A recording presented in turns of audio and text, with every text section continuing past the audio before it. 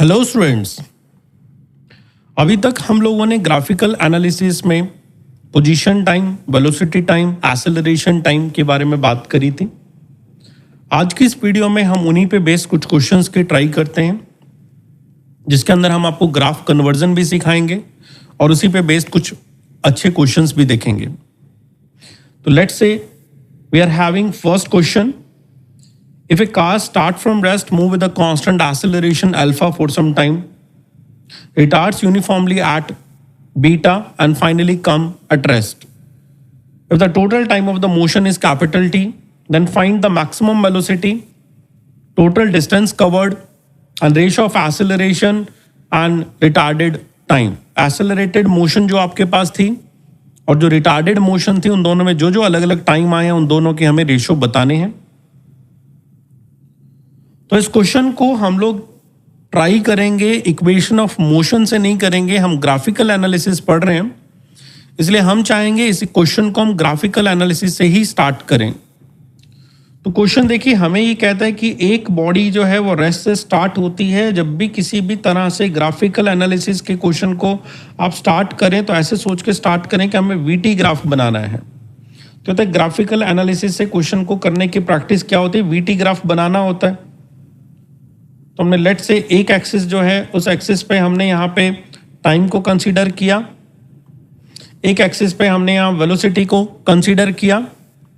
हमें क्वेश्चन कहता है ये बॉडी जो है रेस्ट से स्टार्ट होती है, तो इसका मतलब इनिशियली वेलोसिटी इसकी जीरो है और जीरो वेलोसिटी से इसने अपनी वेलोसिटी को बढ़ाना स्टार्ट करना है। तो ये ग्राफ लेट से इस तरह से वेलोसिटी को बढ़ता जाएगा और कुछ टाइम के लिए वेलोसिटी इसकी बढ़ जाएगी। Then directly क्वेश्चन कहता है it retards uniformly at a rate beta and finally come to the rest। Means इसकी वेलोसिटी कांस्टेंट नहीं हुई कभी भी, एक बार बढ़ी है और उसके जस्ट बाद ये फिर से कम होके जीरो हो गई है।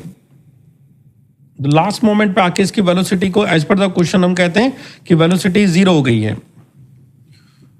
तो क्वेश्चन ने ये कहा है कि ये हमारे पास बॉडी जो है वो जीरो से लेके टोटल टाइम जो इलेप्स्ड करती है वो आपके पास कैपिटल टी है, which is given to you. The total time is capital T. यहाँ पे हमें एक एक्सेलरेशन दे रखा है और एक्सेलरेशन की वैल्यू कही गई है अल्फा है। यहाँ पे एक रिटार्डेशन दे रखा है और इस रिटार्डेशन की वैल्यू क्वेश्चन ने कहा है कि बीटा है। तो हमें क्वेश्चन ने एक तो एक्सेलरेशन अल्फा दिया हुआ है, एक रिटार्डेशन बीटा दिया हुआ है। क्वेश्चन डिमांड करता है कि आप यहां पे पता करके बताएंगे कि हमारे पास मैक्सिमम वेलोसिटी क्या हो गई और दूसरा टोटल डिस्टेंस कितनी कवर अप हो गई है। ये एक स्टैंडर्ड क्वेश्चन है, जिसको सॉल्व करेंगे तो हमारे पास एक इस तरह का एक फॉर्मूला जनरेट हो जाएगा, जहां पे कभी भी डेटा टाइप की चीज आएगी तो हम उस डेटा को पुट करके आंसर को सॉल्व कर सकते हैं। तो इक्वेशन ऑफ मोशन से स्टार्ट करना है तो ऐसे करते हैं, हम अज्यूम करते हैं इस क्वेश्चन के अंदर जो हमारा एक्सेलरेशन हुआ है वो कुछ टाइम t1 के लिए हुआ है और रिटार्डेशन जो हुआ है वो हमारे लिए कुछ टाइम t2 के लिए हुआ है। तो एक्सेलरेशन के टाइम को हमने t1 और रिटार्डेशन के टाइम को हमने t2 अज्यूम कर लिया। अब हम फर्स्ट ट्रायंगल से बात करें तो फर्स्ट ट्रायंगल का जो स्लोप होगा, ये वीटी ग्राफ है, तो जो स्लोप हमारे पास यहां जो होता है वो हमें एक्सेलरेशन देता है। तो फर्स्ट ग्राफ से अगर हम स्लोप की बात करें, let's say this angle is theta, तो हम कहते हैं यहां पे हमारी स्लोप क्या आएगी। तो स्लोप हम कहते हैं इस ट्रायंगल की, जो फर्स्ट ट्रायंगल आपको दिखाई दे रहा है अल्फा वाले एक्सेलरेशन में, उसकी हाइट हो गई वी मैक्स और उसका बेस हो गया हमारे पास t1 और हमारे पास जो स्लोप होती है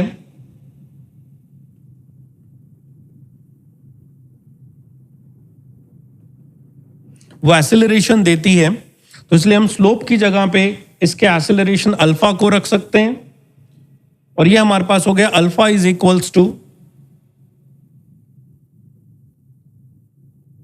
वी मैक्स बाई t1। यहां से हम इसके एक्सेलरेशन टाइम को चाहें तो कैलकुलेट कर सकते हैं, जो कि आपके पास आ जाता है v max by alpha. We are making it equation number 1। Now अगर हम सेकंड वाले ग्राफ में जाएं तो सेकंड वाले ग्राफ के अंदर हमारे पास ये लाइन इस तरह से नीचे की तरफ जा रही है, तो इसका मतलब इसकी जो स्लोप आ रही है सेकंड वाले के अंदर वो नेगेटिव आ रही है। तो हमने कहा इसकी स्लोप नेगेटिव आ रही है। और दूसरे वाले ट्राइंगल की हाइट की बात करें तो वो भी हमारे पास वी मैक्स है। तो हाइट हम इसको कह रहे हैं, ये हमारे पास जो है ये हाइट है जिसकी वैल्यू वी मैक्स है। और सेकंड वाले ट्राइंगल का बेस अगर हम बात करें तो वो हमारे पास T2 है। और सेकंड वाली लाइन के अंदर हमारे पास एक्सेलरेशन की जगह पे रिटार्डेशन है, इसलिए हम जहां पे अल्फा पुट कर रहे थे अब वहां पे माइनस बीटा पुट करते हैं। तो minus beta is coming as minus of v max divide by T2। यहां से अगर हम रिटार्डेड टाइम निकाल लें T2 की वैल्यू तो वो आपके पास आ रहा है v max divide by beta. यहां पे हम इक्वेशन नंबर 2 कह सकते हैं इसको। तो हमने फर्स्ट ट्राइंगल से, फर्स्ट ट्राइंगल मतलब इसको हमने नाम दिया फर्स्ट ट्राइंगल, जिसकी स्लोप से हमने टाइम कैलकुलेट किया, एक्सेलरेशन टाइम क्या है। इसको हमने सेकंड ट्राइंगल नाम दिया और सेकंड ट्राइंगल के अंदर हमने रिटार्डेशन को बीटा को यूज करके हमने रिटार्डेड टाइम T2 कैलकुलेट किया। अब हमें एज पर क्वेश्चन ये कहा जाता है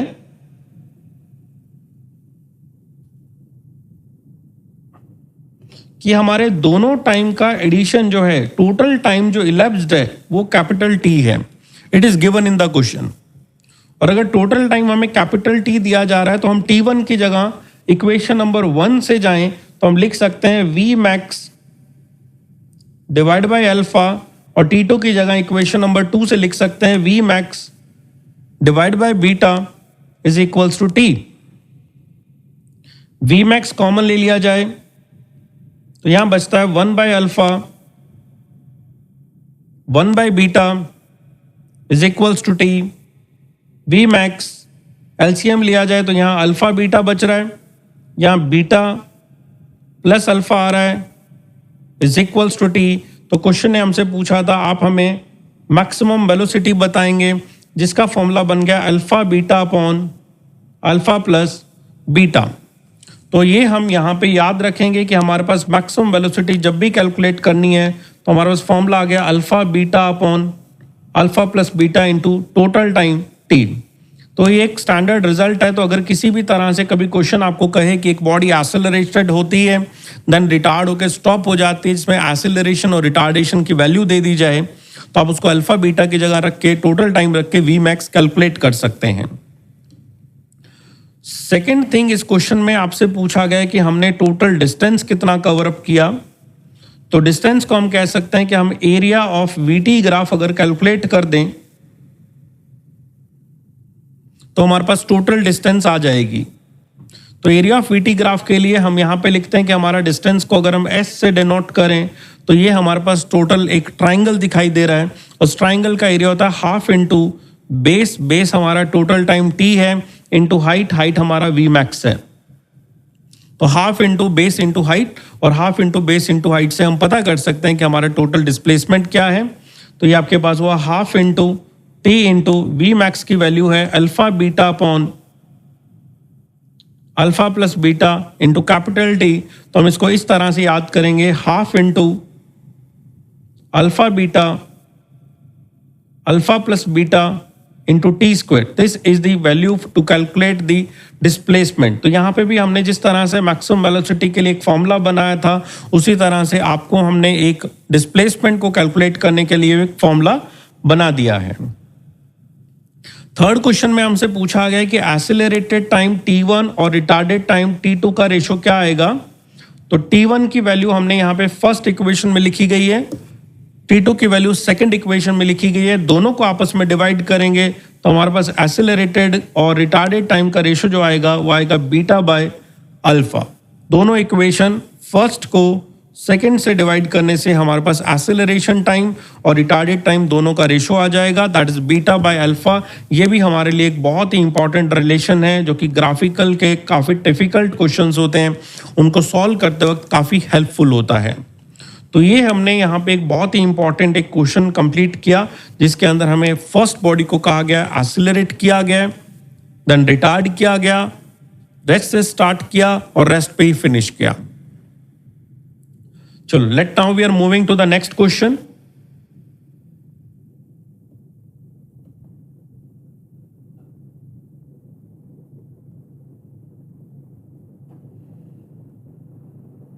इस क्वेश्चन में हमें दिया हुआ है particle is moving along the x axis, its position x is equals to -2t plus 3t square, draw its vt graph and at graph।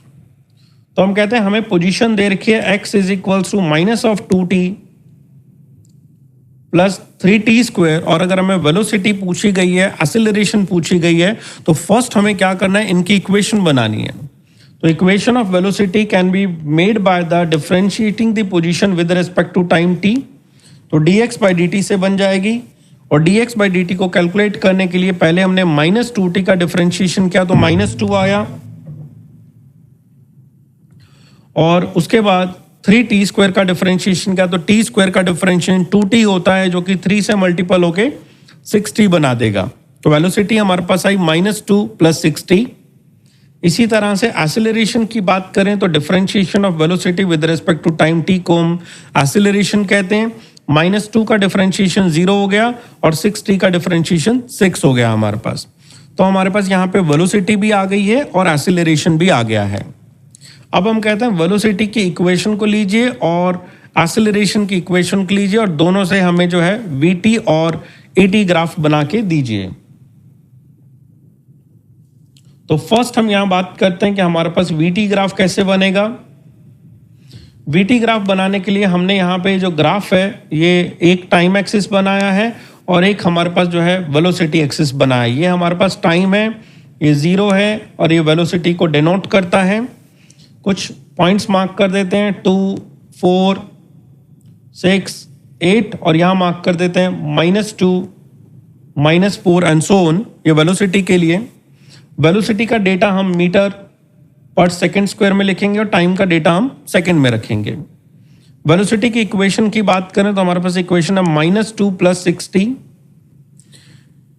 t की पावर 1 है, v की पावर 1 है। यहां से थोड़ा सा पता चलता है जो ग्राफ होगा वो एक स्ट्रेट लाइन होगा। किसी भी ग्राफ को बनाने के लिए सबसे पहले टाइम की वैल्यू 0 रखते हैं। तो जैसे ही टाइम की वैल्यू 0 रखें तो v की वैल्यू बनती है -2 प्लस 6 इंटू 0, तो आंसर इज -2। तो जब t की वैल्यू 0 है तो ग्राफ हमें कहता है वेलोसिटी -2 है, तो हमने फर्स्ट पॉइंट यहाँ पे -2 पे मार्क करना है। देन t की कोई भी और एक और वैल्यू रख लीजिए। t की वैल्यू लेट से 1 रखा, v की वैल्यू कैलकुलेट करी हुई -2 प्लस 6 इंटू 1, और ये आंसर हमारे पास आया 4। तो हम कहते हैं जब हमारे पास टाइम की वैल्यू 1 आती है, टाइम की वैल्यू 1 होती है, तो हमारे पास वेलोसिटी की वैल्यू यहाँ पे हमें एक पॉइंट मिलता है जो कि आपके पास 4 है। अब आपने स्ट्रेट लाइन बनानी है, तो स्ट्रेट लाइन के लिए हमें बहुत ज़्यादा पॉइंट्स की ज़रूरत नहीं होती, कोई भी 2 पॉइंट चाहिए। इन दोनों पॉइंट को मिला के इस तरह से एक लाइन बनाते हैं और इसको हम बोलते हैं velocity time graph, which is represented by this straight line. इस vt ग्राफ बनाने के बाद नेक्स्ट जो बात करी गई है वो हमें बात करी गई है कि आप यहाँ पे at ग्राफ बनाएंगे।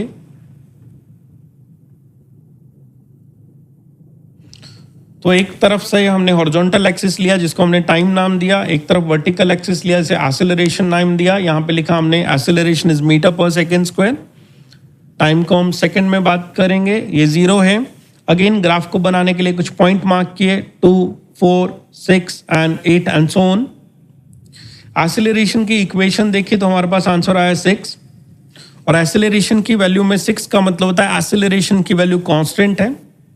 और जब भी कोई भी ग्राफ आपका कांस्टेंट होता है तो आपने क्या करना है, 6 को देखना और इस तरह से एक हॉरिजॉन्टल लाइन मार्क कर देनी है, और ये हॉरिजॉन्टल लाइन मार्क की हुई हमें ये शो करती है कि हमारा एक्सेलरेशन एक कांस्टेंट एक्सेलरेशन को रिप्रेजेंट कर रहा है।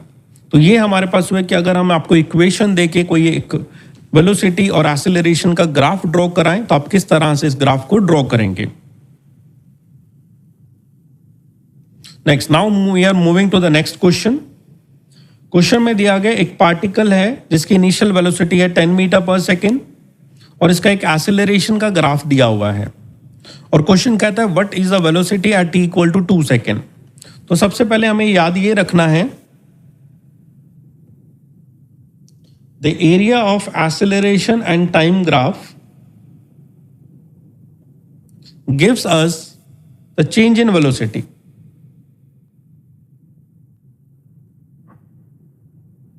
चेंज इन वेलोसिटी का मतलब होता है कि आप यहाँ पे डेल्टा वी पुट करेंगे और डेल्टा वी को बाद में हम क्या करेंगे, वी माइनस यू पुट क्या करेंगे। अब पहले चेक करते हैं कि हमारे पास एरिया क्या आ रहा है। तो ग्राफ ने जो आपको दिया वो 2 सेकंड पे पूछा गया और 2 सेकंड तक आपके पास एक ट्राइंगल है। तो ट्राइंगल का एरिया लिखें तो half into base into height. Base इस ट्राइंगल का यहाँ से लेके यहाँ तक देखें तो ये आपके पास 2 हो गया, और हाइट अगर क्वेश्चन में अगर आप चेक करें तो यहाँ से लेके यहाँ तक ये हाइट है जो कि आपके पास 10 हो गई, तो एरिया हमारे पास 10 आ गया है। अब हम कहेंगे एरिया का मतलब चेंज इन वेलोसिटी होता है और चेंज इन वेलोसिटी 10 आ गई है। हमें आंसर 10 नहीं देना, ध्यान रखिएगा। चेंज इन वेलोसिटी जैसे ही आएगी उसको हमने v माइनस यू पुट करके 10 के इक्वेट करना है। जहां भी v आएगा वो हमें पता करना है। u का मतलब होता है initial velocity which is given to u, that is equal to 10। तो u की जगह 10 रखा, यहाँ पे फिर से 10 रखा, तो हम कहते हैं velocity is coming as 10 + 10 20 metre पर सेकेंड। तो अगर इस तरह से किसी भी तरह का वेलोसिटी और एक्सेलरेशन का रिलेशन किया जाए तो आपने एक्सेलरेशन के ग्राफ का एरिया कैलकुलेट करना है, जो कि आपको हर वक्त चेंज इन वेलोसिटी प्रोवाइड करेगा। Now we are moving to our next question. इस क्वेश्चन के अंदर आपको दिया है for a given velocity time graph find out in which duration acceleration is positive, negative and zero. तो आपने क्या करना है, यहां पे ऐसा लिखना है कि जो स्लोप ऑफ वीटी कर्व होता है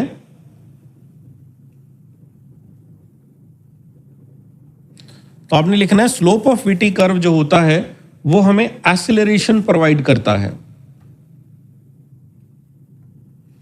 ठीक है, तो किसी ग्राफ की अगर हम स्लोप कहें पॉजिटिव है तो कहेंगे पॉजिटिव एक्सीलरेशन, ग्राफ की स्लोप कहेंगे नेगेटिव है तो नेगेटिव एक्सीलरेशन। और स्लोप को ढूंढने का आसान तरीका देखिए, आप यहां पे इस तरह से ना एरो मार्क कर देंगे। ये एरो अगर नीचे जा रहे हैं तो इसका मतलब यहां पे जो स्लोप आ रही है वो नेगेटिव आ रही है। फिर आप यहां पे फिर से किस तरह के एरो मार्क करेंगे, तो यहां पे भी एरो नीचे जा रहे हैं, मतलब यहां पे भी आपके पास स्लोप नेगेटिव है। यहां पे एरो ऊपर जा रहे हैं तो इसका मतलब यहां पे आपके पास स्लोप जो है वो पॉजिटिव है। तो मतलब अगर हम बात करें ए बी की, फिर बात करें बी सी की और फिर बात करें सी डी की, तो यहां पे हम कहेंगे एक्सेलरेशन ए बी में माइनस है, बी सी में एक्सेलरेशन माइनस है और सी डी में एरो ऊपर जाने की वजह से एक्सेलरेशन प्लस है। तो हमसे सिर्फ ये पूछा गया था कौन से रीजन में एक्सेलरेशन प्लस है, कौन से रीजन में माइनस है एंड सो ऑन, जो कि हमने इस तरह से कैलकुलेट किया है। ये बहुत सिंपल तरीका, एरोज मार्क करिए। अगर ये एरोज नीचे जा रहे हैं तो नेगेटिव स्लोप है, एरोज अगर ऊपर जा रहे हैं तो पॉजिटिव स्लोप है। फिर से एक क्वेश्चन देखते हैं। इस क्वेश्चन में दिया गया है the velocity time graph for a particle moving in a straight line is given, calculate the displacement of a particle and distance travelled in first 2 second. तो यहां पे हम कहेंगे कि जो हमारे पास एरिया ऑफ वीटी ग्राफ होता है वो हमें डिस्प्लेसमेंट देता है। एरिया ऑफ वीटी ग्राफ अगर हमें डिस्प्लेसमेंट देता है तो अगर हम इस रीजन की बात करें तो इस रीजन को हम A1 नाम देते हैं लेट्स से। इस रीजन की बात करें तो इसको हम A2 नाम देते हैं। A1 मतलब फर्स्ट एरिया, A2 मतलब सेकंड एरिया। तो अगर हम फर्स्ट एरिया कैलकुलेट करें तो ये आपके पास ट्राइंगल है तो हम कहेंगे half into base, base is 1 and height is 6, तो area is coming as 3। Base 1 देखिए यहां से लेके यहां तक कोऑर्डिनेट 1 है, दैट्स व्हाई बेस इज 1। यहां से लेके यहां तक 6 है तो हाइट इज 6। सेकेंड एरिया की बात करें तो फिर से हमें लिखना है हाफ इंटू बेस, 1 से लेके 2 तक बेस होता है और 1 से लेके 2 तक बेस लें तो 1 हो गया। हाइट की वैल्यू लें तो माइनस में चला गया, -6, तो इसके एरिया आएगा आपके पास -3। अब क्वेश्चन ने पूछा व्हाट इज द डिस्प्लेसमेंट, तो हम कहेंगे displacement will equal to 3 - 3 that is equal to 0। And फिर क्वेश्चन ने पूछा व्हाट इज द डिस्टेंस, तो हम कहेंगे हमारे पास 3 + 3 इज इक्वल टू 6 मीटर, क्योंकि जो नेगेटिव वर्ड होता है, माइनस वर्ड होता है, वो डिस्प्लेसमेंट के लिए यूज किया जाता है। डिस्टेंस के लिए हम नेगेटिव नहीं यूज करते हैं, इसलिए वो डिस्टेंस के अंदर ऐड होके 6 मीटर टोटल डिस्टेंस हमें देगा।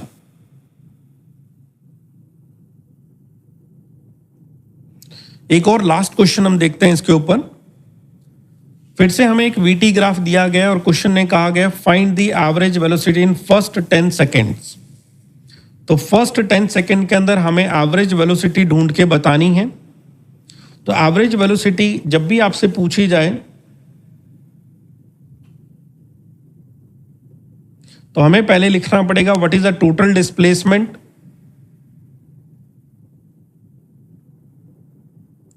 Divide by total time. Total displacement को अगर हम टोटल टाइम से डिवाइड करते तो हमारे पास एवरेज वेलोसिटी आती है।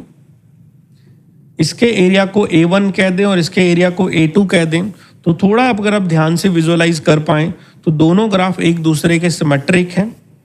तो जितना A1 एरिया आना है उतना ही A2 एरिया आएगा, लेकिन माइनस में आएगा क्योंकि A1 एरिया टाइम एक्सिस से ऊपर है तो प्लस एरिया मिलेगा, A2 एरिया टाइम एक्सिस से नीचे है तो नेगेटिव एरिया मिलेगा, जिसकी वजह से टोटल एरिया आपको मिलेगा A1 प्लस A2 अगर हम करें तो 0 मिलेगा। तो टोटल डिस्प्लेसमेंट 0 होने की वजह से आपके पास एवरेज वेलोसिटी इस क्वेश्चन में 0 आएगी।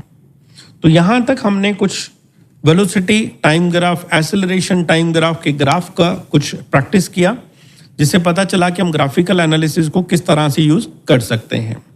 अभी की वीडियो में हम इतनी ही बात करेंगे। आई होप आप लोगों को जो हमने पढ़ा वो समझ आया हो। अभी के लिए बस इतना ही। Thank you so much.